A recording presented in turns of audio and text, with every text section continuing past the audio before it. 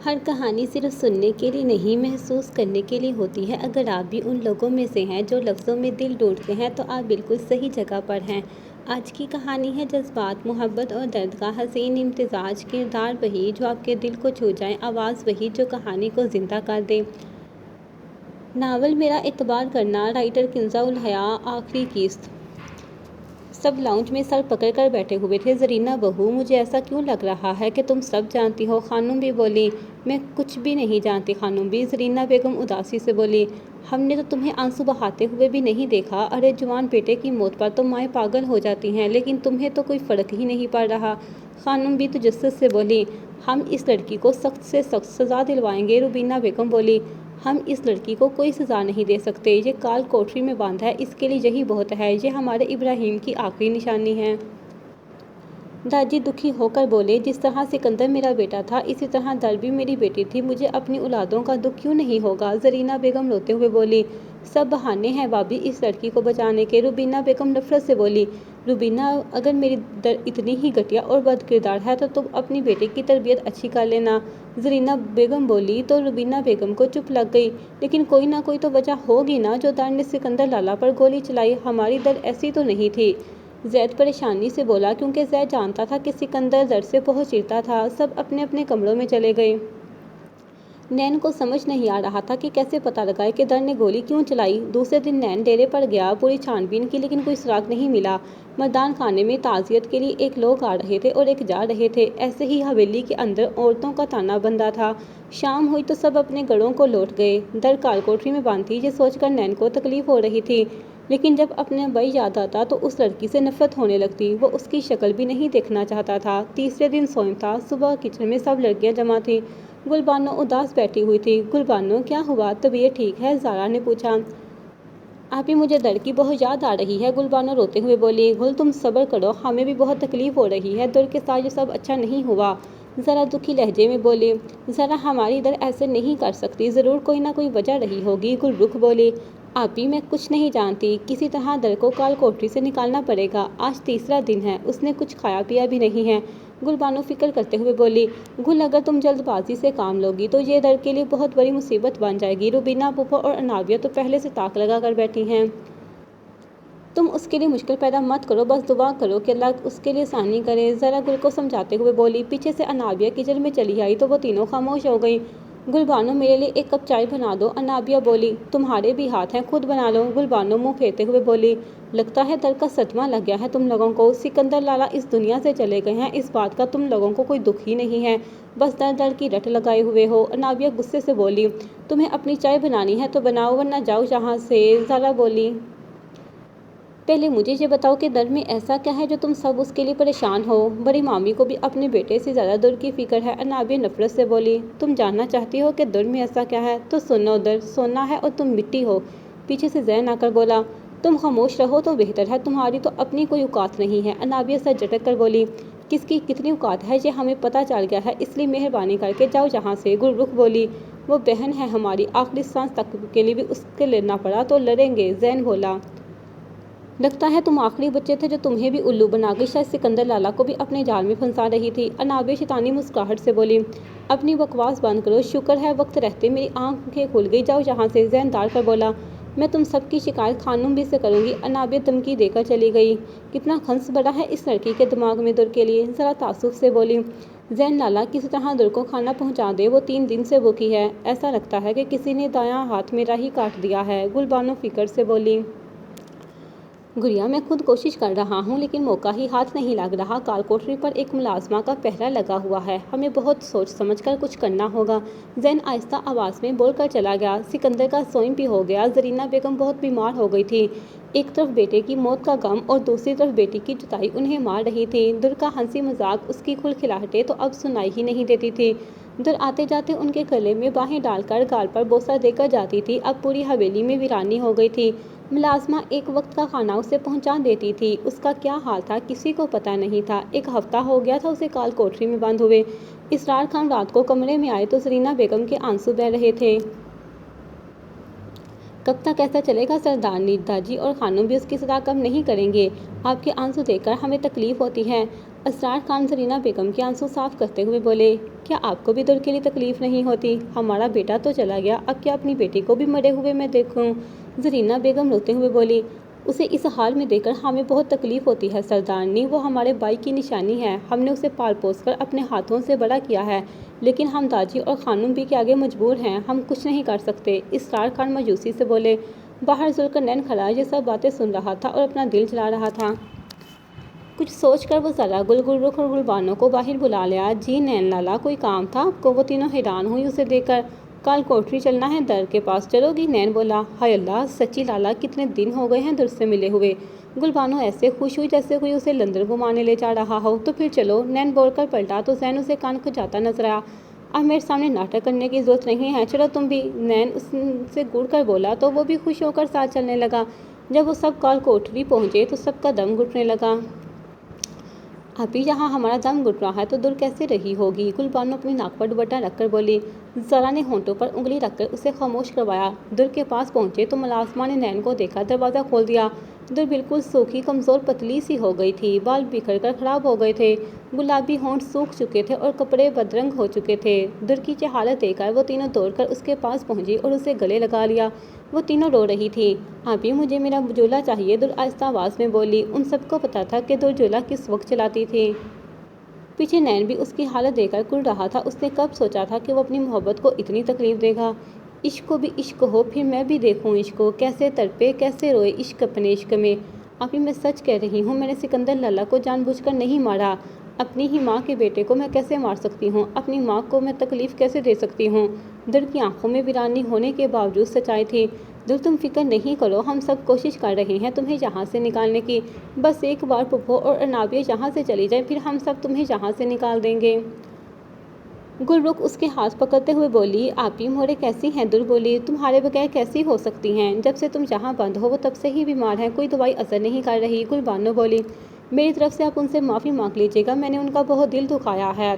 दर रोते हुए बोली, तुम लोग जहाँ क्या कर रहे हो? पीछे से जैद की आवाज़ आई। नैन ने मुड़कर देखा तो पीछे जैद, दाऊद और दानियाल खड़े थे। डर के मारे वो तीनों उठ खड़ी हुई। तुम जहाँ पर आए हो ये बात हमें हजम नहीं हो रही। नैन, जैद बोला, तुम ही हो ना दर को इस हाल में पहुँचाने वाले? क्या तुम अपने भाई को जानते नहीं थे कि वो दर के साथ कैसा रवैया रखता था? दाऊद बोला, नैन, हमारी गलती नहीं हो सकती, तुम तो इस बात को समझो। अगर उसने ये कदम उठाया है तो ज़रूर कोई ना कोई वजह रही होगी। दानियाल बोला, दुर, तुम ही बताओ क्या वजह थी जो तुमने सिकंदर लाला पर गोली चलाई? जैद दुर के बराबर में बैठ गया और उसके साथ दाऊद, दानियाल और जैन भी बैठ गए। दुर, हमें सच बताओ, उस दिन क्या हुआ था? दाऊद बोला। दर खामोश रही। दर, क्या तुम्हें अपने भाइयों पर भरोसा नहीं है? जैन बोला, अब वो इन सबको क्या बताती कि मोरे की कसम ने उसे रोक रखा है। जैद, लाला, सिकंदर लाला को मैंने ही मारा है, अब मुझे जो सज़ा देना चाहिए दे दे। दर रोते हुए बोली, सज़ा तो तुम्हें मिल रही है, हम ये पूछ रहे हैं कि ऐसा क्या हुआ था कि तुम्हें सिकंदर लाला पर गोली चलानी पड़ी? दाऊद उसका चेहरा देखकर बोला, दौड़ ने तो जैसे अपने लब सी लिए थे। हम जानते हैं कि ज़रूर कोई बड़ी वजह है जिसकी वजह से तुम हमें कुछ बताना नहीं चाह रही, लेकिन हमेशा याद रखना कि तुम हमेशा अपने साथ पाओगी। जैद उसके सर पर हाथ रखते हुए बोला। वो तीनों भी उसके सर पर हाथ रखकर उठ गए। अब तुम लोग भी चलो, अगर किसी ने हमें यहाँ देख लिया तो बड़ी मुसीबत हो जाएगी। जैन बोला, जी लाला, चलते हैं। गुलबानो बोली, दर, हम फिर आएंगे, अपना ख्याल रखना। ज़रा गुलरुख और गुलबानो ने उसे गले लगाया और जैद वालों के पीछे चली गई। नैन काफ़ी देर खड़ा उसे देखता रहा, फिर वो एक फ़ैसला करके वहाँ से चला गया। सुबह सब डाइनिंग टेबल पर बैठे खामोशी से नाश्ता कर रहे थे। दादी, मैंने एक फ़ैसला किया है। नैन बोला, कैसा फ़ैसला? दादी बोले, मैं दर को कल कोठरी से बाहर निकाल रहा हूँ। नैन बोला, वो हमारे पोते की कातिल है, इसके लिए ये सज़ा बहुत कम है। खानूम भी बोली, उसकी पढ़ाई ख़राब हो रही है, आपने इब्राहिम चाचू से वादा किया था कि आप उसे पढ़ाएंगे। नैन बोला, लगता है अपने भाई का कत्ल भूल गए हो तुम। रुबीना बेगम बोली, मैं कुछ नहीं बोला पुप्पो, अगर आज वो इस घर में है तो इब्राहिम चाचू की वजह से है। नैन बोला, सबको बहुत खुशी हो रही थी कि नैन दुर के लिए आसानी कर रहा था। जरीना बेगम तो बस नैन को देखकर हैरान थी। कोई उसकी ज़मानत ले तभी मैं उसे काल कोठरी से बाहर निकालूंगा। दादी बोले, दादी, ज़मानत ये है कि मैं उससे निकाह करना चाहता हूँ आज ही। इस तरह मेरी मर्ज़ी के बगैर कुछ नहीं कर सकेगी, फिर रुखसती उसकी पढ़ाई के बाद रख लेंगे। नैन तफसील बताते हुए बोला, और हम तुम्हारी बात का यकीन कैसे करें? तुम हमारी बहन को खुश रहोगे? जैद अपने सीने पर हाथ बांध कर बोला, जैद लाला, मैं ये जो कुछ कर रहा हूँ अपनी माँ के लिए कर रहा हूँ, बड़ी मेहरबानी मेरा साथ दे। नैन बोला, शुक्र है किसी की खातिर तो तुमने दुर पर रहम किया। दाऊद बोला, रुबीना बेगम और अनाबिया पर एक रंग आ रहा था और दूसरा जा रहा था। बेटा, हमने आपके लिए अनाबिया को सोचा था। खानूम भी एक बार फिर नैन को मनाने की कोशिश करने लगी। अनाबिया का मैं आपको पहले भी बता चुका हूँ खानूम भी, वो मेरे लिए बहनों जैसी है। प्लीज़ मुझसे जिद मत करें, नैन तंग होकर बोला। अनाबिया नाश्ते से उठी और कुर्सी को ठोकर मार कर चली गई। उसके पीछे रुबीना बेगम भी चली गई। दादी और खानूम भी अफसोस से उन दोनों को जाता देख रहे थे। थोड़ी देर बाद वो दोनों अपना सामान लेकर नीचे आईं। खानूम भी, हम यहाँ से जा रहे हैं। जब हमारी यहाँ कोई इज्जत ही नहीं तो हम यहाँ रहकर क्या करें?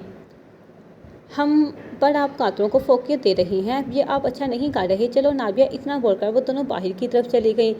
ज़रा गुलरुख, तुम दोनों जाकर दर को काल कोठरी से बाहर निकालो और ज़रा तुम लोग काजी का बंदोबस्त करो, दादी बोले। कहीं ना कहीं दादी भी बहुत दुखी थे अपनी पोते की इस हालत से। खानूम भी दादी को देखकर हैरान थी कि वो इतनी जल्दी कैसे मान गए। दिल को बाहर लाया गया, वो इतनी कमज़ोर हो गई थी कि अपने पैरों पर चल भी नहीं पा रही थी। जरीना बेगम को देखा तो उनके गले लगकर फूट फूट कर रोने लगी। मोरे, मुझे माफ़ कर दे, मैं आप सबकी गुनहगार हूँ। वो उनके गले लगकर ऐसा रोई कि सबकी आंखों में आंसू आ गए। इसरार खान भी उसको सीने से लगाकर बहुत रोए। गुलरुख, ज़रा और गुलबानो उसे कमरे में ले गई। अभी तक उसे निकाह का नहीं पता था। गुलरुख और ज़रा ने उसे खुद नहलाया क्योंकि कमज़ोरी की वजह से वो अपने हाथ पाँव हिला नहीं पा रही थी। ज़रा ने उसे सफ़ेद फ्राक पहनाई जिसमें गोल्डन काम हुआ था। वो हैरान थी कि उसे नए कपड़े क्यों पहनाए गए थे। ज़रा उसे बेड पर बिठाकर बल बनाने लगी क्योंकि उसके बाल बहुत ज़्यादा उलझ कर ख़राब हो गए थे। आपी, आपने मुझे नए कपड़े क्यों पहनाए हैं? दुर बोली। क्योंकि आज तुम्हारा निकाह है, ज़रा बोली। मेरा निकाह? लेकिन किससे? क्या मुझे सजा देने के लिए ये निकाह करवा रहे हैं? दुर बोली। दुर, तुम्हारा निकाह नैन नाला से है, तुम्हें काल कोठरी से बाहर निकालने की दादी ने यही शर्त रखी है, गुलरुख बोली। और नैन नाला तो बहुत अच्छे हैं, इतना तो तुम भी जानती हो, बस थोड़ा गुस्सा है, लेकिन वक्त के साथ सब ठीक हो जाएगा, ज़रा समझाते हुए बोली। लेकिन आपी, वो मेरे लाला है, मैं उनसे कैसे निकाह करूं? दुर परेशानी से बोली। अरे सगे थोड़ी ना है, और तुम्हें पता है ताई अम्मा भी बहुत खुश हैं और उनकी खुशी के लिए तुम इतना तो कर सकती हो ना, गुलबानो बोली। प्लीज़ दुर, आज तुम्हें आज़ादी मिल रही है, आज के बाद तुम्हें कोई कुछ नहीं कहेगा। ताई अम्मा की खातिर ये निकाह कर लो, गुलरुख बोली। दिल सोच रही थी कि ये कैसी आवाज़ है, क्या नैन उसे अपने भाई का खून माफ़ कर देगा? ज़ारा ने उसकी सादी सी चुटिया बनाई। गुलरुख ने उसे ठीक से नाश्ता करवाया। गुलबानो ने हल्का सा मेकअप करना चाहा तो दुर ने मना कर दिया। ज़ारा, काजी साहब आ रही हैं, जैद की दरवाजे से आवाज़ आई। जी अच्छा, इतना बोलकर दुर को लाल दुपट्टा उड़ाया। काजी साहब आए और इजाबत कबूल करवा कर चले गए। सब ने दुर को गले लगाकर प्यार दिया। दाजी, इसरार खान, जावेद खान, अरीस खान, ताऊ, जैद, जैन और दानियाल सब ने उसके सर पर हाथ रखा और बाहर चले गए। आखिर में वो जरीना बेगम के गले लगकर बहुत रोई, वो भी उसके साथ लगकर रोती रही। गुल, पिछली बार हमारे गाँव में सैलाब कब आया था? दानियाल और जैद अंदर आए तो दानियाल गुलबानो से मुखातिब हुआ। शायद जुलाई में। गुल अपने होंठों पर उंगली रखकर सोचते हुए बोली। भाई, आपकी बीवी की याददाश्त खराब है, पिछली बार सैलाब जून में आया था, जैन बोला। लेकिन आप क्यों पूछ रही हैं? गुलबानो बोली। इस बार दिसंबर में ही आ जाएगा, दानियाल बोला। वो क्यों? गुलबानो नसमझी से बोली। इन लोगों की वजह से बेचारे गाँव वालों की बददुआएं लगेंगी आप दोनों को, तायम्मा, दानियाल अफसोस से बोला। और क्या आप लोगों ने इस हवेली में सैलाब लाना है? अब चुप भी कर लीजिए, जैन बोला। वैसे तायम्मा, आज तो बता दे कि ये आपकी बहू है या बेटी? दानियाल बोला। ये तो हमेशा मेरी बेटी ही रहेगी। जरीना बेगम दुर के आंसू साफ करके मुस्कुरा कर बोली। इसका मतलब है कि नैन लाला के बच्चे आपको नानी कहकर बुलाएंगे? जैन बोला। नहीं, एक बच्चे को हम नानी सिखाएंगे और एक बच्चे को हम दादी सिखाएंगे, दानियाल बोला। कोई ज़रूरत नहीं है, नैन के बच्चे मुझे और आसिया को दादी कहेंगे और बड़ी भाभी को नानी कहेंगे। अब तुम दोनों निकलो यहाँ से, दिमाग की दही बना दी है, सायरा उन दोनों को कमरे से भगाते हुए बोली। सायरा, तुमने उन दोनों को बहुत अच्छा जवाब दिया है, जरीना बेगम मुस्कुरा कर बोली। सायरा बेगम और आसिया बेगम मुस्कुरा दी और दर शर्म से पानी हो गई। दर, तुझे पता है कि जवेद चाचू की फैमिली लंदन शिफ्ट होने वाली है, मतलब मैं और गुलरुख आपी भी हमेशा के लिए लंदन चले जाएंगे, गुलबानो उदासी से बोली। लेकिन क्यों? दर बोली। जवेद चाचू ने अपना बिजनेस वहीं सेटल कर लिया है, इसलिए हम सबको भी वहीं जाना पड़ेगा, गुलरुख बोली। अब मैं तुम्हारे बगैर क्या करूँगी? दुर उदासी से बोली। अरे हम छुट्टियों में आया करेंगे ना, और वीडियो कॉल पर भी रोज़ बातें करेंगे, आसिया बेगम बोली। इन सब की बातों से दुर का काफ़ी दिल बहल गया था। पूरा दिन खाने पीने से दुर में अच्छी खासी एनर्जी आ गई थी। वैसे क्या ख्याल है दुर, आज ही तुम्हारी रुखसती कर दी जाए? गुलबानो बोली। इस रुखसती से अच्छी तो काल कोठरी है, दुर बोली। अब ऐसे तो ना कहो दुर, हमारे लाला इतने बुरे नहीं हैं, ज़ारा बोली। अच्छा पुप्पो और अनाबिया भी कहाँ हैं? दुर बोली। वो तो सुबह सवेरे ही अपने घर गोली हो गई थी। गुलबानो दो उंगलियों से बंदूक का निशाना बनाकर बोली। वो क्यों? दर बोली। वो इसलिए क्योंकि नैन लाला ने आज सुबह भी अनाबिया को मंजूर कर दिया, गुलरुख बोली। हाँ, वो भी तो नैन लाला को पसंद करती थी, दुर बेचारेपन से बोली। अरे पागल लड़की, शोहर है तुम्हारे, लाला मत बोलो, ज़रा उसके सर पर चपत लगाकर बोली। और इस चुड़ैल की तरफदारी करने की कोई ज़रूरत नहीं है, गुलबानो चीढ़कर बोली। अच्छा दूर हम जा रहे हैं, चेंज नहीं करना, नैन लाला तुमसे मिलने आएंगे, ज़रा उठते हुए बोली। मुझसे मिलने? लेकिन क्यों? दर घबरा कर बोली। शायद उन्हें तुमसे कोई ज़रूरी बात करनी होगी, गुलरुख बोली। नहीं आपी, मैं किसी से नहीं मिलूंगी, दूर परेशानी से बोली। दूर वो तुम्हारे शोहर हैं, ऐसा नहीं बोलते, ज़रा समझाते हुए बोली। वो तीनों कमरे से चली गईं। दो जल्दी से सोने की कोशिश करने लगी, लेकिन नींद उससे कोसों दूर थी। इसी तरह करवट बदलती रही और 1 घंटा गुजर गया। दरवाजे का नब घुमाने की आवाज़ आई तो दो झटके से उठ बैठी। जुल्करनैन दरवाज़ा खोलकर अंदर आया तो दूर ने जल्दी से दुपट्टा सर पर लिया। नैन ने गहरा सांस लेकर दरवाज़ा बंद किया और बेड पर उसके बराबर बैठ गया। दूर खिसक कर पीछे हो गई। डर रही हूँ मुझसे, नैन बोला। नैन नहीं लाला, डर हकलाते हुए बोली। उसका लाला कहना नैन को दबा गया। मैं तुम्हारा लाला नहीं, शौहर हूँ, इसलिए अपनी ज़ुबान से सोच समझकर अल्फाज निकालना। अगर तुम मुझसे डर रही हो तो अच्छी बात है, क्योंकि मैं अपने भाई का खून तुम्हें कभी माफ़ नहीं करने वाला, नैन गुस्से से बोला। और दूर हैरत से नैन को देखने लगी। जानती हो, बचपन से तुम्हें पसंद करता था। मोरे को भी मैंने बोल रखा था कि शादी करूँगा तो सिर्फ तुमसे, लेकिन अब नफरत के सिवा कुछ नहीं कर सकता। सारी ज़िंदगी तरसोगी तुम मोहब्बत को। तुम्हें देखकर मुझे अपने लाला खून में लथपथ याद आते हैं। नैन उसके बाल दबोच कर बोला। सारी ज़िंदगी नफरत कर कर के तड़पाऊँगा और यही तुम्हारी मौत की वजह बनेगी। और जिस दिन तुम मरोगी इसी दिन मुझे सुकून मिलेगा। नैन उसके बाल झटके से छोड़कर बेड से उठ गया। दर्द निकाह के वाइट सूट में आंसू बहाती बुत बनी बैठी रही। नैन को भी वो सादगी में बहुत प्यारी लग रही थी, लेकिन दिल में जो आग थी वो उसे बुझाना चाहता था। और हाँ, सुबह के लिए यूनी वक्त पर तैयार रहना, लेट हुई तो छोड़कर चला जाऊंगा। नैन गुस्से से बोलकर चला गया। अपने कमरे में आकर सिगरेट सुलगा कर पीने लगा, क्योंकि नींद तो उसे अब आनी नहीं थी। अपनी मोहब्बत को तकलीफ देकर वो खुद गर्म आग में जल रहा था। इस वक्त रात के 12 बज रहे थे। दुर्बुत बनी बैठी रही। वक्त का पता ही नहीं चला और 2 बज गए। जब होश आया तो बैठे बैठे उसकी कमर उकर गई थी। दर उठी और दरवाज़ा खोलकर बाहर लान में चली आई। अपना झूला उतारा और एक हाथ से रस्सी को बल दिया। फिर झूला झूलना शुरू हो गई। बाल बिखर गए। घेर वाली वाइट फ्रॉक हवा में बढ़ गई। तेज़ झूला झूलते हुए वो चांद की रोशनी में किसी अस्परा से कम नहीं लग रही थी। रात दिन की हिजर और वहशत भी नहीं रखनी, तुझसे अब इतनी मोहब्बत भी नहीं रखनी, जिसका जी चाहे हमें तोड़ कर टुकड़े कर दे, इस कदर नरम तरबियत भी नहीं रखनी। जरीना बेगम पानी के लिए उठी तो 3:30 बज रहे थे। दर की तबीयत का सोचकर वो उसके कमरे में चल पड़ी। वहाँ पहुँचकर देखा तो दर कमरे में नहीं थी। वाशरूम का दरवाज़ा भी खुला हुआ था। जरीना बेगम पल में मामला समझ गई और बाहर की तरफ भागी। बाहर लान का मंजर देखकर उनकी आंखें पथरा गईं। दर बहुत तेज़ झूला ले रही थी। उसको आसपास का कोई भी होश नहीं था और जिस हाथ से रस्सी पकड़ी थी उसमें से खून बह रहा था। नैन, नैन जल्दी से आओ। दाची खानम भी था। जैन जल्दी से आओ। जरीना बेगम चिल्लाकर सबको बुलाने लगी।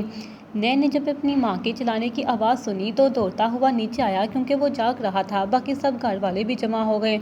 नैन ने जब ये मंजर देखा तो उसे किसी भटकी हुई रूह का गुमान हुआ। नैन, उसका झूला रोको, जरीना बेगम चिल्लाई। नैन ने दौड़ते हुए झूले की रस्सी पकड़ी और झूला रोक दिया।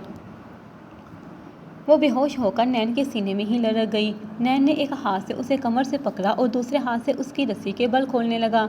उसके हाथ का खून नैन के हाथ और कपड़ों पर भी लग गया। नैन उसे अपनी बाहों में उठाकर कमरे में ले आया और बेड पर लिटा दिया। क्या हो गया मोरे से, ये इतनी रात को इतना तेज़ झूला क्यों ले रही थी? नैन जरीना बेगम से मुखातिब हुआ। बेटा, ये तो बहुत ज़्यादा खुश है, जहाँ तो इसे किसी बात का बहुत ज़्यादा दुख है। इन दोनों सूरतों में यही जो तेज़ झूला लेती है, जरीना बेगम फिक्र से बोली। नैन को अपनी कही हुई बातें याद आई। वो दर को तकलीफ नहीं देना चाहता था, लेकिन अपने भाई का गम नहीं भूल सकता था। नैन, डॉक्टर को बुलाओ, जैद बोला। नैन ने गर्दन हिलाकर डॉक्टर को फ़ोन किया। जरीना बेगम मुसलसल रो रही थी और ज़ाला और गुल्लुक उसके हाथ पांव मसल रही थी कि शायद उसको होश आ जाए। थोड़ी देर बाद डॉक्टर चेकअप करने आ गई। इन्होंने कोई बहुत बड़ा सदमा लिया है, इनकी दिमाग की नस फट सकती थी। आप लोग उसे हर परेशानी से दूर रखें और ये दवाइयाँ खिलाएं। डॉक्टर दवाई की पर्ची नैन को देकर बोली और चली गई। किसी ने इसे कुछ कहा है क्या? जरीना बेगम बोली। नहीं तायम्मा, जब हम उसके कमरे से गए तो ये बहुत खुश थी, ज़ारा बोली। जरीना बेगम ने नैन की तरफ देखा तो वो नजरें चुरा गया। तायम्मा, आखिरी मरतबा नैन ही उसके कमरे में गया था, जैद बोला। और अगर हमारी बहन को कुछ हुआ तो हम तुम्हें छोड़ेंगे नहीं, दाऊद गुस्से से बोला। नैन, हमने तुम्हें पहले भी समझाया था, लेकिन तुम हमारी बात नहीं समझे, दानियाल अफसोस से बोला। बस इतना समझ लेना कि हमारी बहन यतीम लावारिस नहीं है, उसके फ़र्ज अभी भी जिंदा हैं। जैद उसके कंधे पर हाथ रख कर बोला। अगर मेरी बेटी को किसी ने कोई तकलीफ दी तो मैं इसे कभी माफ़ नहीं करूँगा। इसरार खान भी गुस्से से बोले। सब तकरीबन उस पर टूट पड़े थे। अब लोग जाकर आराम करें, मैं यहीं हूँ दुर के पास। जरीना बेगम वही दुर के पास बेड पर बैठ गई। सब लोग अपने कमरों में चले गए, लेकिन नैन वहीं खड़ा रहा। तुम भी जाओ, यहाँ क्यों खड़े हो? जरीना बेगम बोली। मोरे, मैं इस लड़की को कभी भी अपने भाई का खून माफ़ नहीं करने वाला। नैन गुस्से से बोला। ठीक है, तुम इसे सलाख देकर फारग करो। वैसे भी जावेद लाला की फैमिली लंदन जाने वाली है। मैं दुर को हमेशा के लिए उनके साथ यहाँ से भेज दूँगी। मेरी नज़रों के सामने नहीं होगी, लेकिन कम से कम दूर रहकर जिंदा तो होगी ना। जरीना बेगम आंखों में आंसू लिए मुतमईन होकर बोली। मोरे, अब ये ठीक नहीं कर रही। नैन बोला। तुम तो मोहब्बत करते थे ना दूर से, तो तुम उसके साथ ऐसा कैसे कर सकते हो? अगर अपनाना ही नहीं था तो निकाह क्यों किया? नैन, मेरी दिल पागल हो जाएगी। मैंने उसे पैदा नहीं किया, लेकिन ये बच्ची मुझे तुम दोनों से ज़्यादा अजीज़ है, और जिस दिन इसे कुछ हुआ तो तुम्हारी माँ तुम्हारी नहीं रहेगी। तुम दोनों भाइयों को कभी इस बात का एहसास हुआ ही नहीं कि ये बच्ची मेरे लिए क्या है। जरीना बेगम दुर के बाद सहला कर बोली। क्या मतलब मोरे? सिकंदर लाला ने कुछ किया था दुर के साथ? नैन तो जुस्सत से बोला।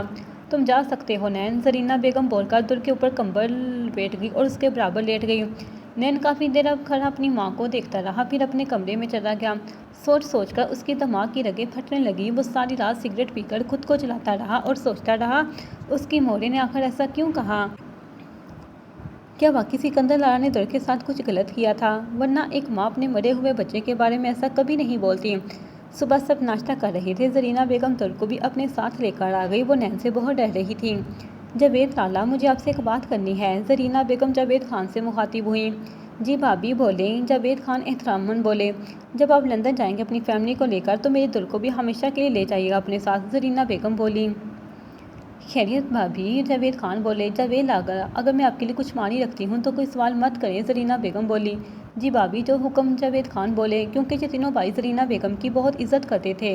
नाश्ते पर सब जरीना बेगम को हैरानी से देख रहे थे, जो दुर को अपने हाथों से नाश्ता करवा रही थी। दुर खुद भी हैरान थी। रात को वो कब बेहोश हुई, कब उसे कमरे में लाया गया, उसे कुछ पता नहीं था। सुबह जरीना बेगम उसे अपने पास सोई हुई मिली।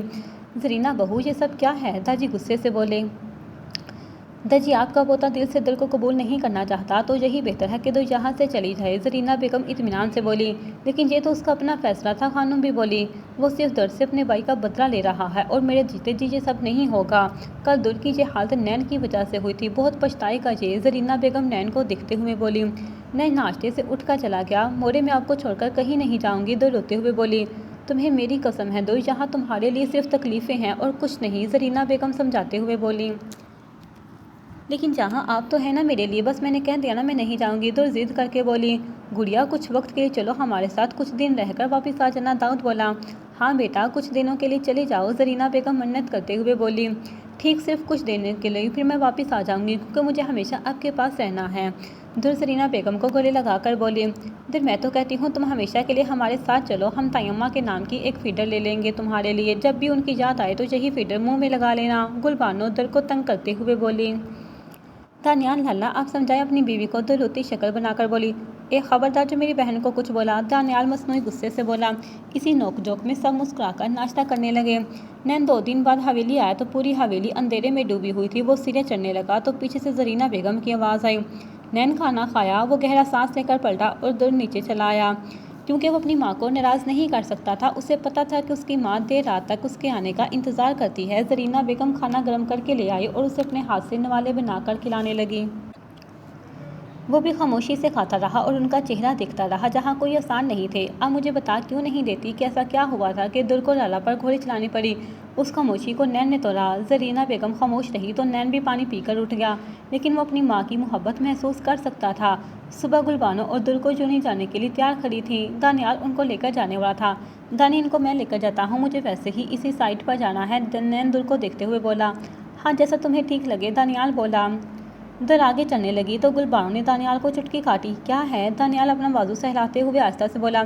मुझे उनके साथ क्यों भेज रहे हैं आप? मैं कबाब में हड्डी नहीं बनना चाहती। गुलबानो आहिस्ता आवाज़ में बोली।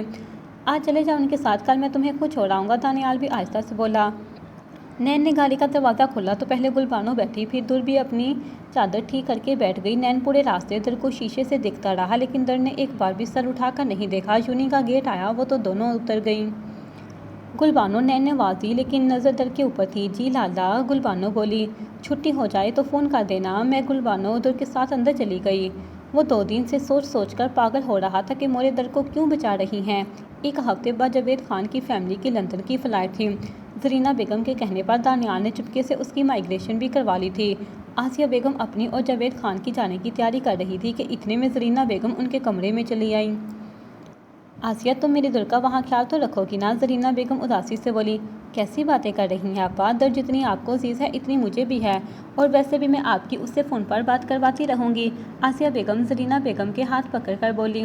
और जावेद खान को बोलना कि वो दर को वहाँ झूला नहीं भी बना कर दे। ज़रीना बेगम नसीहत करते हुए बोली। जी आपा, मुझे याद है, आप ये नसीहतें मुझे पहले भी कर चुकी हैं, अब वो मुझे सबक की तरह याद हो गई हैं। आसिया बेगम हंसते हुए बोली। आज दादी ने नैन को डेरे पर नज़र दुराने के लिए भेजा था। नैन बहुत परेशान था क्योंकि आज दर हमेशा के लिए उससे दूर जाने वाली थी। ज़रीना बेगम ने उसे दर को कई बार तलाक देने का भी कहा, लेकिन वो नहीं दे पाया। इतना तो नैन को अंदाज़ा हो गया था कि दर गलत नहीं है, लेकिन कोई सबूत भी नहीं था। डेरे से फारिग होकर वो निकल ही रहा था कि पीछे से मुलाजिम दौड़ता हुआ आया। साई, हम डेरे की सफाई कर रहे थे, वहाँ ये टूटा हुआ मोबाइल मिला। मुलाजिम मोबाइल देते हुए बोला। अच्छा तुम जाओ। नैन मोबाइल देकर बोला। नैन मोबाइल देकर पहचान गया था कि जो मोबाइल सिकंदर का था। मोबाइल नहीं खुल रहा था, शायद उसमें चार्जिंग नहीं थी। नैन वापस अंदर आ गया और मोबाइल चार्ज पर लगा दिया। इतने में नैन के मोबाइल पर दाऊद का फ़ोन आया। जी लाला, नैन फ़ोन कान से लगाकर बोला। नैन, आज हम जा रहे हैं, फिर पता नहीं कब मिलना हो, क्या तुम हमसे मिलने नहीं आओगे? दाऊद खान बोला। लाला, मैं डेरे पर काम में फंसा हूँ, मैं थोड़ी देर में आपको एयरपोर्ट पर मिलता हूँ, नैन बोला। नैन का एयरपोर्ट जाने का कोई इरादा नहीं था, वो सिर्फ दाऊद खान को तसल्ली दे रहा था, क्योंकि अगर वो एयरपोर्ट पर जाता तो दुर को अपनी आंखों के सामने हमेशा के लिए कैसे जाते देख सकता था। चलो ठीक है, हम तुम्हारा इंतज़ार करेंगे, दाऊद खान ने बोलकर कॉल काट दी। हम जितनी मर्जी किताबें पढ़ लें, ज़िंदगी का फ़लसफ़ा उस वक्त तक समझ नहीं आता जब तक हालात खुद पर न बीत जाएं। नैन का भी कुछ ऐसा ही हाल था। नैन ने सिकंदर का मोबाइल देखा, जो थोड़ा बहुत चार्ज हो चुका था। वो वहीं बैठे मोबाइल खोला तो वो चल गया। मोबाइल पर कोई पासवर्ड नहीं था। सिकंदर के मोबाइल पर ढेर सारी तस्वीरें थी। उन दोनों भाइयों की तस्वीरें, दोस्तों की तस्वीरें और फैमिली की तस्वीरें भी थीं। नैन तस्वीरें देखकर मुस्कुरा दिया। वो वीडियोस में गया तो पहली वीडियो खोली जिसमें दुर का चेहरा नजर आया। दुर कैसे बेबसी से हाथ जोड़कर सिकंदर के सामने मिन्नतें कर रही थी, लेकिन सिकंदर कभी उसका दुपट्टा खींच कर फेंक रहा था तो कभी उसकी आस्तीनें फाड़ रहा था। दुर हाथ जोड़कर अपनी इज्जत की भीख मांग रही थी, लेकिन सिकंदर उसे बदनामी के दलदल में धकेल रहा था। फिर दर ने बंदूक उठाई और सिकंदर पर गोली चला दी। मोबाइल में ये सब देखकर नैन की रगें फूलने लगी। आंखें गुस्से से लाल हो गई। पूरा कमरा तहस नहस कर दिया। आज उसे समझ आया कि मोरे दर को क्यों बचाती रहती थी। इबादतें और तकद्दस अपनी जगह है, मगर किसी का दिल दुखाकर जन्नत नहीं मिलती। वो उठा, भागते हुए गाड़ी में बैठा, गाड़ी स्टार्ट किया और एयरपोर्ट के रास्ते डाल दी। 1 घंटे का रास्ता आधे घंटे में तय किया। गिरता पड़ता एयरपोर्ट पहुंचा और जाकर मोरे के गले लग गया। क्या हुआ बेटा? ज़रीना बेगम उसको यूं देखकर परेशान हो गई। मोरे, आप दुर को यहाँ से कहीं जाने नहीं देंगी। मैं दुर को मान इज्जत सब दूंगा। मैं उसके बगैर नहीं रह सकता। जिस दिन आपको लगे कि उसके साथ नाइंसाफ़ी हो रही, आप बेशक उसे चाचू के घर भेज दीजिएगा, पर अभी नहीं मोरे, वरना मैं मर जाऊँगा। नैन ज़रीना बेगम के गले लग कर रो दिया। सब नैन की हालत देखकर परेशान हो गए। दाऊद ने उसे चेयर पर बिठाकर पानी पिलाया। अब बताओ क्या हुआ है, किसी ने कुछ कहा है? दाऊद बोला। नहीं लाला, लेकिन आप दुर को यहाँ से नहीं लेकर जाएंगे। अगर मैं आपकी बहन के साथ कुछ बुरा करूँगा तो फिर जो मर्जी मुझे सज़ा दे दीजिएगा। नैन सर झुकाकर बोला। अब तो मुझे मेरा बिल्कुल पुराना वाला नैन लग रहा है, दाऊद मुस्कुराकर बोला। वो खुद भी नैन के बदले हुए रवैये पर हैरान थी। इतना तो वो खुद भी जानती थी कि नैन उससे बहुत मोहब्बत करता था, लेकिन कभी इजहार नहीं किया। नैन, मैं कैसे यकीन कर लूँ कि तुम मेरी बेटी को खुश रखोगे? ज़रीना बेगम उसका चेहरा देखकर बोली। मोरे, निकाह से पहले भी तो किया था, अब आखिरी बार भी करके देख लें, नैन मिन्नत करते हुए बोला। ठीक है, अगर ऐसा कुछ भी हुआ तो अपनी सज़ा के लिए तैयार रहना। इस बार सज़ा बहुत बड़ी दूंगी, ज़रीना बेगम धमकी देते हुए बोली। मोरे, मुझे मंजूर है, नैन खुशी से बोला। सबको नैन की बातों से सच्चाई नजर आ रही थी। जावेद खान की फैमिली उन सब से मिलकर लंदन चली गई और ज़रीना बेगम दुर को लेकर घर आ गई। मोरे, मैं रुखसी चाहता हूँ। दूसरे दिन नाश्ते की टेबल पर नैन ने धमाका किया। बेटा, दुर अभी पढ़ रही है, ज़रीना बेगम बोली। मैं उसकी पढ़ाई में कभी खलल नहीं डालूंगा, नैन बोला। जैसे तुम्हारी मर्जी बेटा। ज़रीना बेगम खुद भी चाहती थी कि दुर और नैन की रुखसी हो जाए ताकि आपस में उनके दिल साफ हों। रुखसी की तारीख इसी हफ्ते रख दी गई। दुर बहुत परेशान थी क्योंकि उसे अभी भी नैन से डर लगता था। नैन ज़रीना बेगम के कमरे में आया तो वो अपनी अलमारी साफ कर रही थी। मोरे, आपसे एक बात पूछनी थी, नैन बोला। हाँ पूछो, वो अपने काम में मसरूफ़ होकर बोली।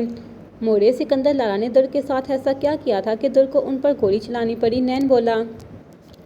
जरीना बेगम के काम करते हाथ रुक गए। तुम अभी भी दुर पर शक कर रहे हो? जरीना बेगम फ़ौरन पलटकर गुस्से से बोली। नहीं मोरे, मैं शक नहीं कर रहा, लेकिन मैं इतना जानता हूँ कि आपको हर बात पता है और आप मुझे बताना नहीं चाहती। मोरे, मैं आपको कुछ दिखाना चाहता हूँ। नैन ने सिकंदर का मोबाइल मोरे के सामने रख दिया। जरीना बेगम अपने सीने पर हाथ रखकर रोने लगी। ये मुझे डेरे से मिला। अगर उस दिन मैं ये सब नहीं देखता तो शायद मैं दुर को हमेशा के लिए खो देता। मैंने आपसे कितनी बार पूछा, लेकिन आपने मुझे नहीं बताया। मैं जानता था कि दुर गलत नहीं है, लेकिन मैं लाला की वजह से मजबूर था। हर वक्त लाला मुझे खून में लथपथ याद आते थे। आपका ज़र्फ बहुत बड़ा है मोरे, जो अपने लाला को छोड़कर दुर का साथ दिया। नैन उदासी से बोला। नैन, जो लोग मोहब्बत करते हैं वो एतबार भी करते हैं। तुमने दुर पर एतबार नहीं किया, बल्कि ये सब मोबाइल पर देखने के बाद तुम्हें एहसास हुआ। अरे ये सब छोड़ो, कम से कम मेरी तरबियत पर ही भरोसा कर लेते तुम। मेरी दुर कभी गलत नहीं हो सकती, और मेहरबानी करके दुर को ये सब नहीं दिखाना, वरना वो जीते जी मर जाएगी। पिछली दफ़ा भी मुझे बोल रही थी कि मोरे, अगर मैं मर जाऊँ तो इसी झूले के नीचे मेरी कब्र बना दीजिएगा। जरीना बेगम रोते हुए बोली। मोरे, मैं आपसे वादा करता हूँ कि कभी भी आपका और दुर का भरोसा टूटने नहीं दूंगा। नैन जरीना बेगम के हाथ पकड़ते हुए बोला। नैन, तुम जानते कि औरत की मोहब्बत कैसी होती है? औरत की मोहब्बत का हिसार बहुत खूबसूरत होता है। अगर तुम किसी औरत की मोहब्बत बन पाए तो यकीन जानो कि तुम मोहब्बत के बारे में कुछ जानते ही नहीं। जब एक औरत किसी को चाहती है ना, तो वो अपना जी जान लगा देती है। बस उसका एतबार कभी टूटने मत देना। जरीना बेगम नैन को समझाते हुए बोली। अचानक जरीना बेगम के कमरे के बाहर कुछ गिरने की आवाज़ आई। दोनों चौंक कर कमरे से बाहर आए तो दुर अपने कमरे की तरफ भाग रही थी। नैन पल में मामला समझ गया। वो जो सब बातें सुन चुकी थी। मोरे, दुर हमारी बातें सुन चुकी है। आप कमरे में आराम से बैठे, मैं खुद उसे समझाऊंगा। बस आप मुझ पर भरोसा करें। नैन बोलकर भागते हुए सीढ़ियाँ चढ़कर उसके कमरे में गया, जहाँ वो घुटनों के बीच चेहरा छुपा कर रो रही थी। दर, नैन ने पुकारा, लेकिन दर ने कोई जवाब नहीं दिया। नैन ने ज़बरदस्ती उसके दोनों हाथ पकड़े जो उसने दोनों टांगों पर लपेट रखे थे। क्यों रो रही हो दर? नैन उसका चेहरा देखकर बोला। मैंने उस दिन सिकंदर लाला की बहुत मिन्नतें की, लेकिन उन्होंने मेरी बात नहीं मानी और वीडियो बना ली। अगर ये वीडियो कोई और देख लेता तो मेरी क्या इज्जत रह जाती। दुर हुचकियों के दरमियान रोकर बोली। दर, मुझ पर भरोसा करो, मुझे सब बताओ कि उस दिन क्या हुआ था। मैं मोरे की कसम खाकर कहता हूँ कि तुम्हारी इज्जत पर आंच भी नहीं आने दूंगा। नैन उसे अपने हिसार में लेकर बोला। इस दिन लाला मुझे अपने कमरे के बाहर से बेहोश करके ले गए थे। फिर उसके बाद दुर हिचकियाँ भरती हुई सब कुछ बताती चली गई। वो बहुत रो रही थी। लाला को उनके किए की सज़ा मिल चुकी है। तुमने उन्हें गोली मारकर ठीक किया, वो इसी लायक थे। पता नहीं कितनी लड़कियों की ज़िंदगी इन्होंने बर्बाद की थी। अगर तुम्हारी जगह मैं होता तो शायद मैं भी यही करता। नैन अफसोस से बोला। आपने मुझे लाला का खून माफ़ किया? दुर नैन का चेहरा देखकर बोली।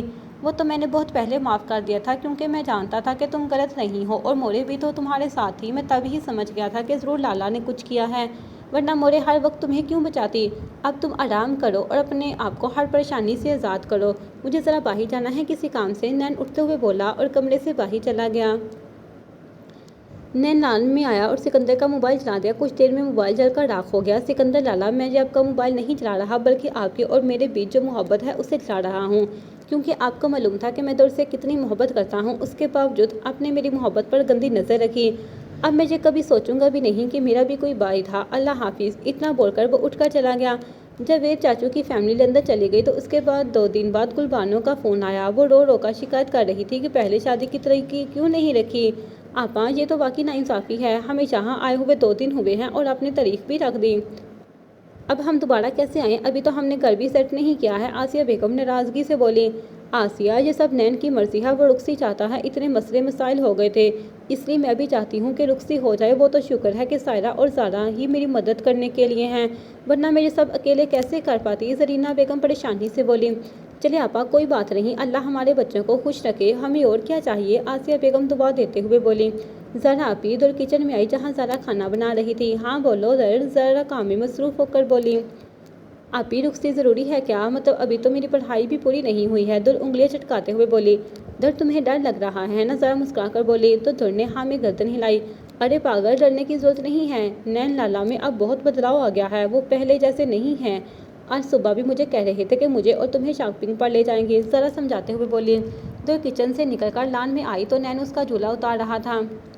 ये अब क्या कर रहे हैं? छोड़े मेरे झूले को। दो चीख कर बोली। दर, मैं तुम्हारे लिए दूसरा झूला बना रहा हूँ, इसलिए ये निकाल रहा हूँ। नैन नीचे उतरकर कपड़े झाड़ कर बोला। दुर सदमे से अपने झूले की बिखरी रस्सियों को देख रही थी। मोरे मोरे, जल्दी आए बाहर। दुर चला कर बोली। जरीना बेगम जल्दी से बाहर आए। क्या हुआ दुर? जरीना बेगम बोली। ये देखे क्या किया आपके बेटे ने? दुर झूले की रस्सियों की तरफ इशारा करते हुए बोली। दुर नैन को मैंने ही बोला था ये झूला निकालने के लिए, जरीना बेगम बोली। लेकिन क्यों मोड़े? दुर आंखों में आंसू लेकर बोली। क्योंकि तुम्हें डॉक्टर ने मना किया था ये झूला लेने के लिए, जरीना बेगम समझाते हुए बोली। नैन सीने पर हाथ बांधे आराम से उन माँ बेटी की बहस सुन रहा था। जैन भी आकर नैन के बराबर में खड़ा हो गया और हंसी मुंह में दबाकर उनकी बातें सुनने लगा। नैन ने उसे घूरा और अपनी उंगली होंठों पर रखी। नहीं मोड़े, मेरा झूला वापस लगवाए वरना मैं आपसे बात नहीं करूंगी, दुर रोते हुए बोली। जब हम तुम्हारे लिए दूसरा झूला लगा रहे हैं, वो देखो। जरीना बेगम दूर रखे झूले की तरफ इशारा करते हुए बोली, जिसमें 2 लोग आराम से बैठकर झूला झूल सकते थे। हाँ दुर, अब तुम इस नए झूले पर जुल्म करना, इस पुराने बेचारे झूले पर रहम खाओ, देखो इसकी रस्सियाँ भी सड़ गई हैं। जैन बोला। तेरी जुबान में बहुत खुजली हो रही थी, सब्र नहीं हुआ तुझसे? नैन उसके पास आकर बोला। नहीं मोरे, मुझे ये झूला नहीं चाहिए। आपको पता है ना कि ये झूला मेरे बाबा ने लगाया था। आज तक मैंने किसी को निकालने नहीं दिया और आज आपके बेटे ने निकाल दिया। मैं अब किसी से बात नहीं करूँगी। इतना बोलकर दुर अंदर जाने लगी। बेटा, क्या मैं आपका बाबा नहीं हूँ? तुम्हारे पापा ने तुम्हारे लिए झूला लगाया था तो मैंने सोचा कि मैं अपनी बेटी के लिए ये वाला झूला लगा देता हूँ। बेटा, क्या मैं आपके लिए इतना भी नहीं कर सकता? पीछे से इसरार खान की आवाज़ आई। दुर ने मुड़कर देखा तो पीछे इसरार खान और जैद खान खड़े थे। बाबा, ये झूला आप लगवा रहे हैं मेरे लिए? दुर मासूमियत से बोली। हाँ बेटा, क्या आपको पसंद नहीं आया? इसरार खान बोले। बाबा, अगर आप लगा रही हैं तो ठीक है। दुर इतना बोलकर इसरार खान के सीने से लग गई जहाँ उसे अपने बाबा का लम्स महसूस होता था। सब दुर की काया पलटी पर हैरान थे। बड़े बाबा, अगर हमें पहले पता होता कि दुर आपकी बात मानेगी तो हम पहले ही ये झूला लगवा देते, जैद मुस्कुराकर बोला। अरे तुम लोग खड़े क्यों हो? जाकर झूला लगाओ मेरी बेटी के लिए, इसरार खान बोले और दुर को अपने हिसार में लेकर खड़े रहे। वैसे बड़े बाबा, आज इतना तो बता दे कि ये आपकी बेटी है या बहू? जैन बोला। ये मेरी बेटी है। इसरार खान दुर को मोहब्बत से देखकर बोले। तो फिर ये कौन है? जैन नैन की तरफ इशारा करके बोला। ये मेरा कुछ नहीं लगता, इसरार खान सर झटक कर बोले। नैन मुंह खोले अपने पापा को देख रहा था। बाबा, ये आप गलत कर रही हैं, नैन बेचारगी से बोला। तुम झूला लगाते हो या नहीं? इसरार खान तार कर बोले। मीसनी कहीं की, मेरे बाबा को भी अपनी तरफ कर लिया, नैन बड़बड़ाते हुए बोला। लला, आज तो आपकी बड़े बाबा के हाथों बड़ी इज्जत हो गई, जैन हंसते हुए बोला। जैद उनकी बातें सुनकर मुस्कुरा रहा था। झूला लग गया तो इसरार खान दुर को लेकर झूले पर बैठ गए। कैसा है झूला? इसरार खान झूला चलाते हुए बोले। बहुत अच्छा है बाबा, दुर मुस्कुरा कर बोली। बड़े बाबा, हमारा नंबर कब आएगा? जैन बोला। खबरदार जो इस झूले पर बैठे, ये झूला सिर्फ मेरी बेटी का है, इसरार खान मसनूई गुस्से से बोले। बाबा, ये मेरे भाई हैं, कभी कभार ये भी बैठ जाएं तो कुछ नहीं होता, दुर बोली। मैं गुलबानों को वीडियो बनाकर लगाकर झूला दिखाता हूँ, जैन बोला। गुलबानों को कॉल लगाई तो सामने गुलबानों, गुलरुख और आसिया बेगम थी। कैसे हैं आप सब? जैन बोला। हम तो ठीक हैं, खैरियत है अभी काल की? आसिया बेगम बोली। हाँ चाची, आप लोगों को दुर का नया झूला दिखाना था, जैन बोला और कैमरे का रुख झूले की तरफ कर दिया जहाँ इसरार खान और दुर झूला झूल रहे थे। गुल, मेरा झूला कैसा लगा? दुर बोली। यार मज़ा नहीं आया, पहले वाला अच्छा था, गुलबानो बोली। गुल, जी मेरे बाबा ने लगाया है, ऐसा नहीं बोलो, दुर नाराज़ होकर बोली। नहीं यार, बहुत अच्छा है, पीछे से गुलरुख ने उसे थप्पड़ मारा। दुर, तुम्हें नया झूला मुबारक हो, गुलरुख मुबारक देते हुए बोली। जी आप ही, दुर मुस्कुरा कर बोली। जैन ने काल काट दी। दुर, तुमने खाना खाया? इसरार खान काफ़ी हद तक दुर को बहला चुके थे। नहीं बाबा, सबके साथ खाऊंगी, दुर बोली। चलो फिर खाते हैं, इसरार खान उठते हुए बोले और दुर को भी अंदर ले आए। जरीना बेगम ये सब देखकर मुस्कुराती। जैद ने सबसे नज़र बचाकर ज़रा को झूले के पास आने का इशारा किया। ज़रा ने सबकी तरफ देखकर नफ़ी में गर्दन हिलाई। जैद ने उसे आंखें दिखाई। ज़रा आओ, खाना लगाते हैं। पीछे से सारा बेगम की आवाज़ आई। लाला रहने दे, आज यहीं आपकी दाल नहीं गलने वाली, जैन बेचारगी से बोला। तू क्या हर वक्त जासूसी करता रहता है? जैद गुस्से से बोला। आप कहें तो मैं आपकी मदद कर दूँ, जैन बोला। दफ़ा हो तो जहाँ से, जैन ताते हुए बोला। जा रहा हूँ, भाभी का गुस्सा मुझ पर क्यों निकाल रहे हैं? जैन बोलकर अंदर चला गया। सब अंदर आ गए थे। आखिर में नैन सारे औजार लेकर अंदर आया तो ये सामान अंदर लेकर नहीं रख सकता था। नैन जैन पर गुस्सा हुआ। लाला, झूला आपकी बीवी का बढ़ रहा था तो मैं क्यों लेकर जाता? जिसे देखो मुझ बेचारे पर ही भड़क रहे हैं, खुद तो अपनी बीवियों से डरते हैं जैसे। जैन बोलकर अपने कमरे की तरफ भागा क्योंकि जैद भी उसकी बात सुन चुका था। नैन, इस कमीने को छोड़ना नहीं, जैद गुस्से से बोला। क्यों इस बेचारे के पीछे पड़े हो तुम दोनों? जरीना बेगम बोली। कोई बेचारा नहीं है, ये जीना हराम कर दिया है इसने हमारा। जैद ज़ारा की तरफ नाराज़गी से देखकर बोला। मोरे, आप लोग उसकी भी शादी करवा दे, खुद ही सुधर जाएगा, नैन बोला। शादी की तैयारियां जोर शोर से चल रही थी। आखिर रुखसती का दिन भी आ पहुंचा और दुर एक कमरे से दूसरे कमरे में चली गई। रुखसती में वो इसरार खान और जरीना बेगम के गले लगकर बहुत रोई। सब हैरान थे कि जब एक ही घर में रहना तो दुर इतना क्यों रो रही है। बेटा परेशान नहीं हो, हम तुम्हारे साथ हैं। अगर इस गधे ने तुम्हें कुछ कहा तो फिर सबसे पहले तुम मुझे आकर बताना। इसरार खान दुर को अपने साथ लगाकर बोले। लेकिन बाबा, मैं घर आपकी और मोरे के साथ जाऊंगी, दुर रोते हुए नाक से सर सिर करते हुए बोली। चलो ठीक है, कोई बात नहीं, इसरार खान उसे तसल्ली देकर बोले। नैन मुंह खोले सबको देख रहा था जैसे दुल्हा बनकर उसने कोई गलती कर दी हो। ऐसी रुखसी तो हमने पहली बार देखी है जिसमें लड़की अपने माँ बाप के साथ घर जा रही हो। जैन उसका मजाक उड़ाते हुए बोला। माँ बाप के साथ नहीं, सास ससुर के साथ जा रही है, नैन दांत पीसते हुए बोला। शादी हवेली में ही थी, इसलिए जरीना बेगम उसे कमरे में बिठाकर चली गई। दुर वहीं बेड पर सरहाने पर टेक लगाकर बैठ गई और उसकी आंख लग गई। नैन कमरे में आया तो दुर सजी समड़ी लाल जोड़े में किसी अप्सरा से कम नहीं लग रही थी। दुरे शहवार जोड़कर नैन खान। नैन ने उसे पूरे नाम से पुकारा तो एक झटके से दुर की आंख खुल गई। आप कब आए? दुर घबरा कर बोली। मैं अभी ही आया हूँ, नैन बोला। दोनों के बीच कुछ देर के लिए खामोशी हो गई। नींद आ रही थी तो चेंज कर लेती, नैन ने खामोशी तोड़ी। वो मोरे ने मना किया था, दुर उंगलियां चटकाते हुए बोली। और मोरे ने क्यों मना किया था? नैन उसकी कैफियत समझते हुए बोला। पता नहीं, दुर नजरें झुकाकर बोली। नैन ने अपनी जेब से एक खूबसूरत सी डबिया निकाली। ये तुम्हारी मुंह दिखाई है, खोल कर देखो और बताओ कैसी लगी। दुर ने डबिया खोली तो उसमें सोने की अंगूठी थी और बहुत खूबसूरत थी। ये तो बहुत प्यारी है, दुर अंगूठी देखकर बोली। लाओ मैं पहना दूं। नैन उसके हाथों से अंगूठी लेकर पहना दी। दुर तुम थक गई हो ना, इसलिए पहले कपड़े बदलो, नैन बोला। दुर चेंज करके आई तो नैन भी कपड़े चेंज करने चला गया। नैन आया तो वो अभी तक परेशान खड़ी थी। क्या हुआ? नैन बोला। मैं कहाँ सोऊं? दुर बोली। तुम चाहिए मेरे साथ बेड पर सोगी, नैन बोला और उसका हाथ पकड़कर बेड पर ले गया। लेकिन मैं आपके साथ बेड पर कैसे सो सकती हूँ? दुर घबराते हुए बोली। जैसे सब मियाँ बीवी सोते हैं, इतना बोलकर उसे लटाया और उसका सर अपने सीने पर रख दिया। दुर बहुत घबरा रही थी नैन से। जितनी मोहब्बत मेरे बस में थी मैंने तुमसे की, मगर फिर भी हार गया। दुर तुम जीत गई। मैंने तुम्हें वो मोहब्बत वो मुकाम नहीं दिया जो मुझे देना चाहिए था, नैन थके हुए लहजे में बोला और उसके माथे पर बोसा देकर उसे अपने आप में बेंच लिया। पहले तो दुर घबरा गई, फिर आहिस्ता आहिस्ता अपनी आंखें मूंद ली। सुबह जब दुर की आंख खोली तो दुर की कमर नैन के सीने से लगी हुई थी और नैन अपना हाथ उसके पेट पर बांध कर सो रहा था। वो घबरा कर गई। वो झटके से दूर हुई, नैन की आंख खुल गई। क्या हुआ? नैन ने पूछा। शर्म से दुर का चेहरा लाल हो रहा था। कुछ नहीं, दुर अपने बाल कान के पीछे करते हुए बोली। तो फिर मुझसे दूर क्यों हुई? नैन उसका हाथ पकड़कर बोला। वो मुझे वॉशरूम जाना है, दुर अपना हाथ छुड़ाते हुए बोली। तुम ये बहाने किसी और को दिखाना मुझसे भाग रही थी ना तुम? नैन उसको खींचकर अपने सीने पर गिराते हुए बोला। नहीं, ऐसी तो कोई बात नहीं। दो शर्म से उससे नजरें नहीं मिला पा रही थी। डर तुम्हें मुझसे अब भी डर लगता है? नैन उसका चेहरा देखकर बोला। नहीं तो, दर बोली। यही बात मेरी आंखों में देखकर बोलो, नैन बोला। प्लीज मुझे जाने दे, दुर मन्नत करते हुए बोली। दुर मैं तुम्हारे दिल में अपना डर नहीं बल्कि अपनी मोहब्बत बिठाना चाहता हूँ, नैन बोला। अच्छा फिर साबित करें, दुर उसे तंग करते हुए बोली। सोच लो, अगर साबित कर दिया तो पछताओगी, नैन उसकी इशारा समझते हुए बोला। ठीक है, मैं तैयार हूँ, आप अभी के भी साबित करें, दर बोली।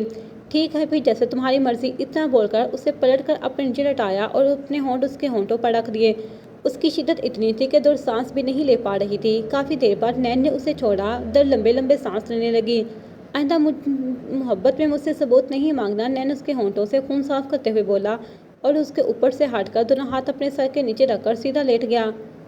आप बहुत बुरे हैं, दुर गहरा सांस लेकर बोली और उसके नीचे से अपना दुपट्टा खींचकर उठ गई। दर्द नैन ने पीछे से पुकारा। अब क्या है? दुर तंग होकर बोली। अपनी कमीज शोल्डर से ठीक करो, तुम्हारा अंदर का सामान नजर आ रहा है। अगर ऐसे बाहर गई तो मैं बदनाम हो जाऊंगा, नैन अपनी हंसी दबा कर बोला। दर ने जल्दी से अपनी कमीज ठीक की और सोफे से कशन उठाकर नैन को दे मारा। मरा तुम, दर गुस्से से बोलकर वॉशरूम चली गई। अगर मैं मर गया तो तुम पर अपनी मोहब्बत कैसे साबित करूंगा? नैन पीछे से आवाज लगाकर बोला। दर वॉशरूम के अंदर दरवाजे से टेक लगाकर मुस्कुरा दी। जिंदगी रूटीन के मुताबिक चलने लगी। दर को अब नैन की आदत होने लगी। आज सुबह जब दर ने नैन को शॉपिंग का बोला तो नैन ने ऑफिस की मसरूफियत की वजह से मना कर दिया।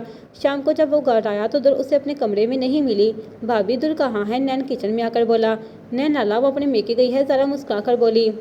क्या? कौन सा मेका? नैन हैरत से बोला। तायम्मा का कमरा। आज सुबह वो बड़े बाबा को आपकी शिकायत दे रही थी तो बड़े बाबा ने ही मशवरा दिया कि वो अपने मेके में रहे, अपने कमरे में जाने की कोई जरूरत नहीं है, ज़ारा हंसते हुए बोली। ये लड़की भी पागल है, नैन सर चटक कर बोला। नहीं लाला, बड़े पापा का मशवरा अच्छा है, अब से मैं भी ऐसा ही करूँगी। मैं भी नाराज होकर बड़े पापा के कमरे में बैठ जाऊंगी क्योंकि आपके भाई भी मुझे बहुत तंग करते हैं, ज़ारा जैद की तरफ देखकर बोली। जैद ने उसे घूर कर देखा। देखे अभी भी मुझे आंखें दिखा रहे हैं, ज़ारा बोली। भाभी, आप बेशक जैद लाला के साथ ऐसा ही करें, लेकिन मुझे अभी मेरी बीवी लाकर दें, नैन बेचारगी से बोला। आप खुद जाकर उसे मेके से बना कर लाई ना। ज़रा बोली। मैं अगर बाबा के कमरे में गया तो मेरी शामत पकी है। नैन बेबसी से बोला। मेरी बीवी कहीं नहीं जाएगी, अपने मसले खुद हल करो, जैद बोला और ज़रा का हाथ पकड़कर कमरे में ले गया। नैन बेचारगी से उन दोनों को जाते देख रहा था। जैद ने ज़रा को कमरे में लाकर दरवाज़ा लॉक किया और पलट कर घूर कर देखने लगा। आप ऐसे क्यों देख रही हैं? ज़रा घबरा कर बोली। नीचे क्या बोल रही थी कि तुम भी अपने मेके जाओगी? जैद उसकी तरफ कदम बढ़ाकर बोला। वो तो मैं मजाक कर रही थी। ज़रा पीछे की तरफ कदम लेते हुए बोली। मेरे साथ ऐसा मजाक आइंदा मत करना वरना बहुत बुरी सजा दूंगा। जैद गुस्से से बोला और उसे कमर से उठाकर बेड पर गिर गया। जैद मैं सच में मजाक कर रही थी। ज़रा उसका कॉलर पकड़ कर बोली, लेकिन जैद उसकी बात सुने बिना ही उसके होंठों पर झुक गया। थोड़ी देर बाद जब छोड़ा तो ज़रा गहरे सांस ले रही थी। आइंदा मुझसे ऐसा मजाक मत करना वरना तुम्हारी सांसें तुम पर तंग कर दूंगा। जैद उसका चेहरा देखकर बोला। नीचे नैन सोच रहा था कि वो अपने बाबा के कमरे में जाए या नहीं, फिर हिम्मत करके दरवाज़ा बजाया और अंदर चला गया। अब क्यों आए हो तुम यहाँ? मेरी बेटी को तुमने एक छोटा सा काम बोला था, वो भी तुमसे नहीं हो सका। बाबा नैन के ऊपर भड़क कर बोले। बाबा ऑफिस में काम का बहुत लोड था, मैं सोचा शाम को ले जाऊंगा। नैन मस्कीन सूरत बनाकर बोला। तो पहले बोलना था ना कि फजूल में मेरी बेटी को इतना रुलाया। जरीना बेगम दुर को सीने से लगाकर बोली। चलें दुर, नैन ने उसे देखकर प्यार से बोला। अब सबके सामने उसे डांटकर अपनी शामत नहीं बुलवानी थी। हाँ बेटा जाओ, अब अगर ये कुछ बोले तो सीधा अपने मेके आ जाना। इसरार खान उससे गले लगाकर बोले। दुर और नैन की जिंदगी हंसी मजाक और नोकझोंक में गुजर रही थी, जिससे उनकी मोहब्बत की शिद्दत बढ़ रही थी। 1 साल बाद ज़ारा को बेटा हुआ और वही लंदन में गुलरुख को बेटी हुई। नैन ने कभी दुर से दोबारा सिकंदर के हवाले से बात नहीं की।